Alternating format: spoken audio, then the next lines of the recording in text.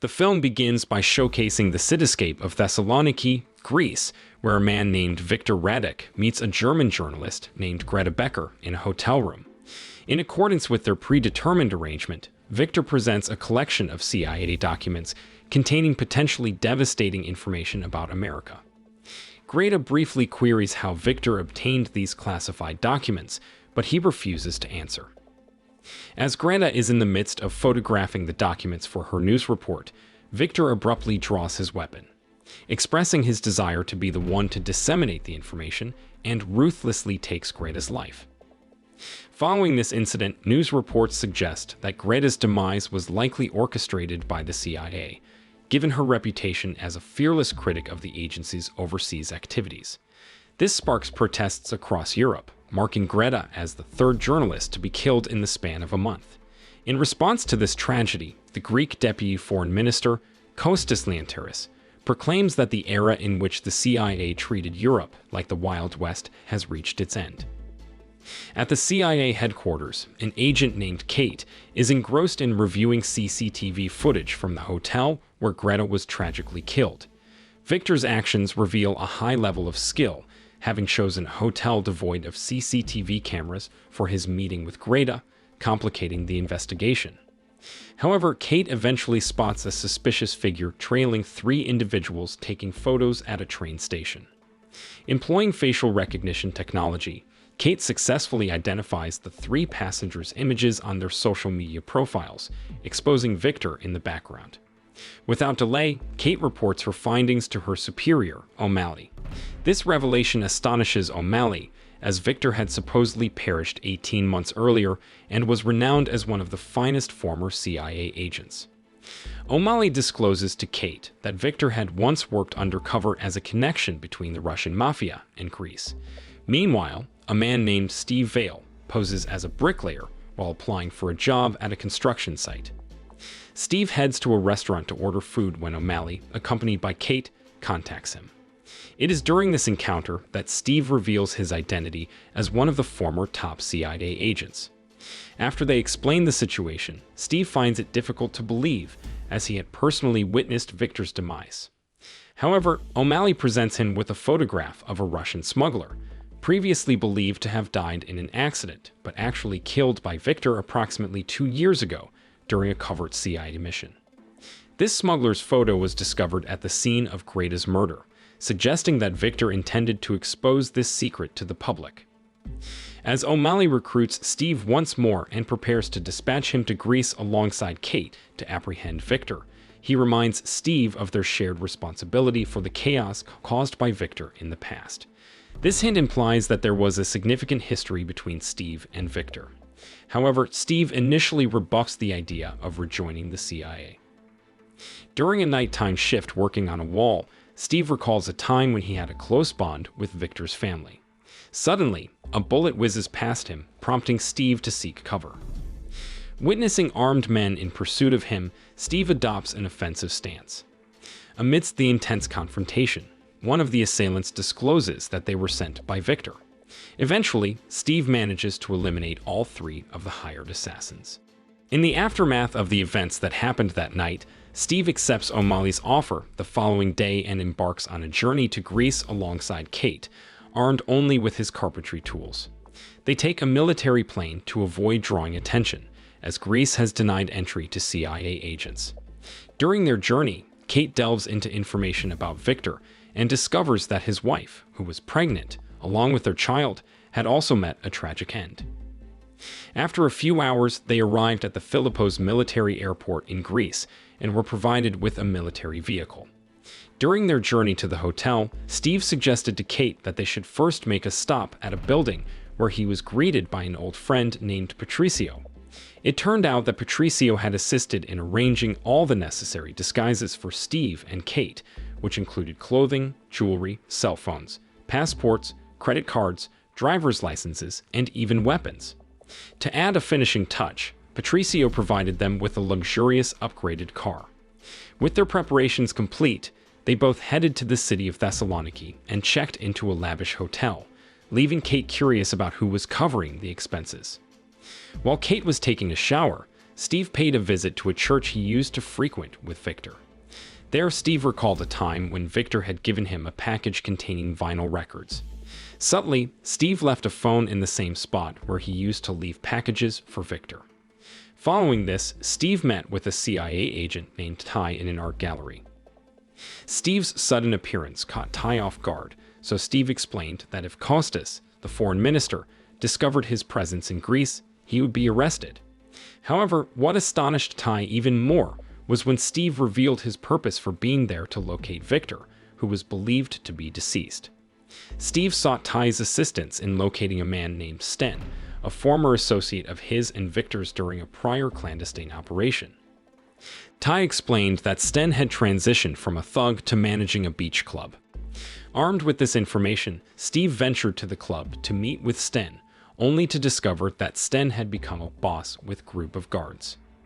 To avoid arousing Sten's suspicion, Steve claimed to be on a honeymoon trip, visiting multiple countries and insinuating that he was a wealthy individual who had retired from CIA work. Steve then hinted at Sten's prosperous business, suggesting that there might be someone behind its success. Steve also asked Sten to disclose Victor's whereabouts. However, Sten persisted in asserting that Victor was already deceased and even presented his henchmen as proof. In response, Steve launched an attack against all of them. After soundly defeating them, Steve hastily departed just as Kate arrived to pick him up in a rental car. During their journey, it was revealed that Kate had managed to track Steve using a device attached to his shirt collar. It turned out that Steve had also placed a similar device on Sten's clothing during their altercation, enabling them to monitor Sten's movements through Kate's phone. Kate then inquired about the reason for Victor's reported defection. Steve explained that Victor's cover as an intermediary between the Russian mafia and Greece had been exposed, leading to the brutal murder of his family by the Russian mafia. The loss of his family had driven Victor to embark on a series of revenge killings, targeting Russians throughout Greece, believing they were involved. This prompted the CIA to order Steve to eliminate Victor, despite Victor still being alive. Meanwhile, at the Greek CIA headquarters, Ty received a virus containing a message from Victor. Victor threatened that the American government would face rebellion from its own citizens, potentially leading to its downfall. To prevent this, Victor demanded a payment of $100 million in Bitcoin. At the same time, Steve and Kate successfully located Sten's house. However, when Sten left, Steve decided against tailing him and instead invited Kate to enter his residence to search for evidence. Inside the house, Kate opened a laptop and found a map of a city center market, though its significance remained unclear. Suspicious of a brick placement on a pillar, Steve decided to investigate further. Inside the pillar, they stumbled upon concealed classified documents. Among these documents was a phone belonging to Greta. They also discovered a newspaper article about the CIA, authored by a journalist named Alikos Melis, implying that this journalist was Victor's next target. Amidst their findings, they heard a noise and swiftly concealed themselves. After some time, one of Sten's henchmen entered, and when the opportunity arose, they attacked him. Unfortunately, the henchman proved to be much stronger. Fortunately, in a desperate situation, Steve managed to utilize his carpentry tools to eliminate the henchman. The following day, Steve received a message from Patricio, providing information about the whereabouts of Alikos Melis, the journalist who was Victor's next target. At the same time, they visited the market that Kate had seen on Sten's laptop the previous night. There, Steve and Kate split up to search for any signs of Victor. Meanwhile, Patricio kept a close watch on the journalist named Alikos Melis, who anxiously awaited someone. After some time, Steve was contacted by Victor, who had retrieved the phone Steve had left in the church earlier. Thus, Steve continued the conversation while searching for Victor's whereabouts.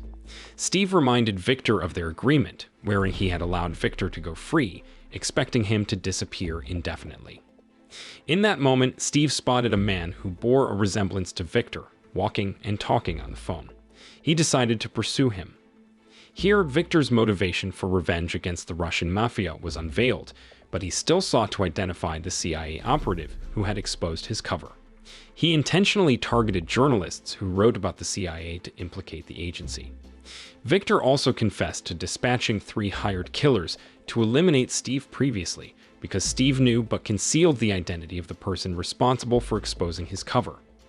In response to this revelation, Steve attempted to dissuade Victor from his course of action, but Victor countered by threatening to kill Kate if Steve obstructed him. Meanwhile, in another part of the market, Kate was alarmed by the riots unfolding. Unfortunately, the man Steve had pursued turned out to be someone else. At the same time, the real Victor emerged and killed Alikos Melis. Upon witnessing Victor's escape, Steve opened fire immediately. However, Steve's attempt proved unsuccessful, though he did manage to knock Victor off his motorcycle. From the motorcycle, Patricio discovered a tablet and decided to take it to gather information. Following the incident, Steve revealed a photograph of a United Nations ambassador that Victor had left at the scene. According to Steve, the ambassador was among the CIA's targets, and he revealed that Victor possessed a list of active CIA targets. Upon hearing this, Kate intended to report it to O'Malley, but Steve tried to dissuade her because he suspected O'Malley might be collaborating with Victor. Steve also expressed his lack of trust in anyone within the CIA. Unfortunately, Kate learned that Steve had spoken with Ty, leading her to view him as hypocritical.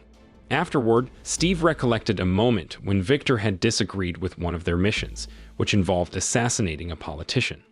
Steve had attempted to remind Victor of the dire consequences he and his family would face if they refused the mission, but Victor remained resolute and requested that Steve protect his family. Upon awakening, Steve informed Ty about the location of Victor's tablet with Patricio. Ty sought to retrieve the tablet, which likely contained crucial information regarding Victor's next actions. However, Steve refused, asserting that Victor was his friend. Steve had been unable to save Victor's family in the past, and now he aimed to do whatever it took to save Victor. At the hotel, Kate reviewed the CCTV footage from the market and observed Steve receiving a call from an unknown caller. At the same time, Steve returned to the hotel.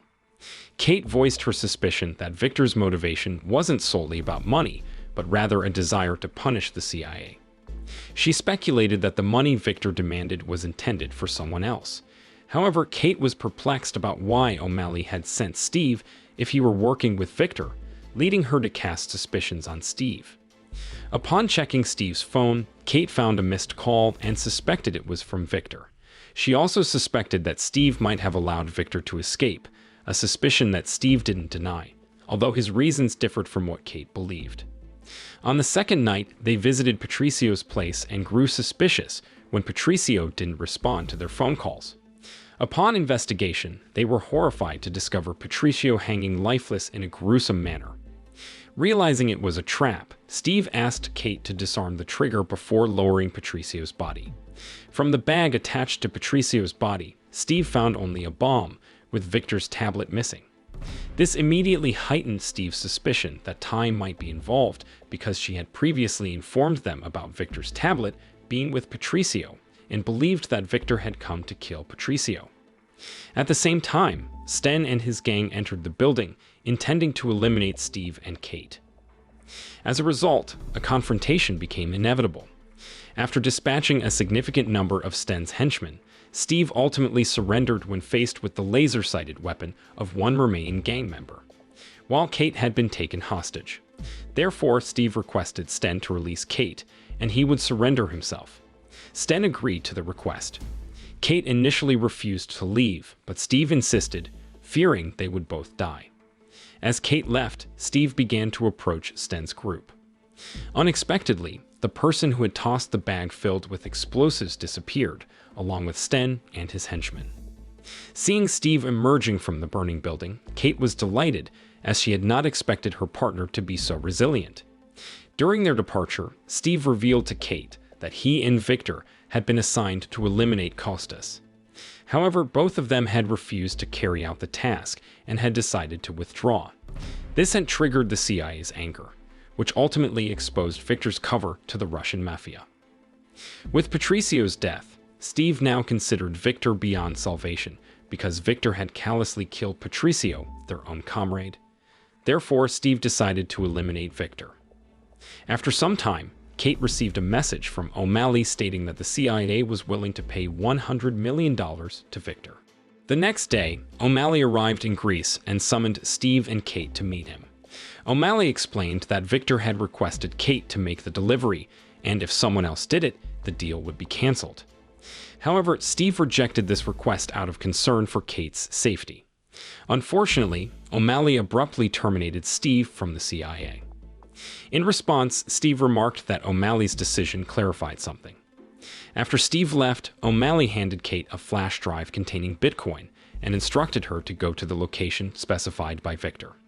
After some time, Kate approached a payphone and retrieved a phone with a picture of a building. She then entered the building. Surprisingly, Steve grabbed her from behind. Steve then removed the tracking device and communication device that Kate was wearing.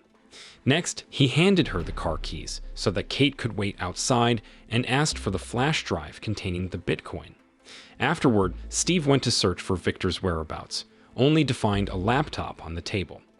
Once the flash drive was ready to be inserted, the Bitcoin transfer began, and Victor contacted them through the monitor. Victor said there was only one assassination target left, a task he hadn't completed yet, namely Kostas. Victor also admitted that he would broadcast the murder live to the entire world to frame the CIA completely. When Victor terminated the connection, the door suddenly closed. Steve discovered a bomb had been planted beneath the table. With no other choice, Steve pushed the table towards the wall just before the bomb exploded. After the explosion, the wounded Steve emerged and saw Victor about to ram into him. Quickly, he took cover in a trash bin. At the same time, Kate arrived, leading to a highly intense chase. After a long pursuit, Steve eventually managed to ram Victor's car, causing it to overturn. However, Steve did not find Victor inside the vehicle. Considering Victor's threat regarding the murder of Kostas, Steve immediately headed to the location where Kostas was delivering a speech. From amidst the crowd, Steve finally spotted Victor standing among the journalists, with a hidden weapon behind his camera. Therefore, Steve rushed forward, grabbed a sledgehammer, and began smashing the stage's pillar, causing them to collapse.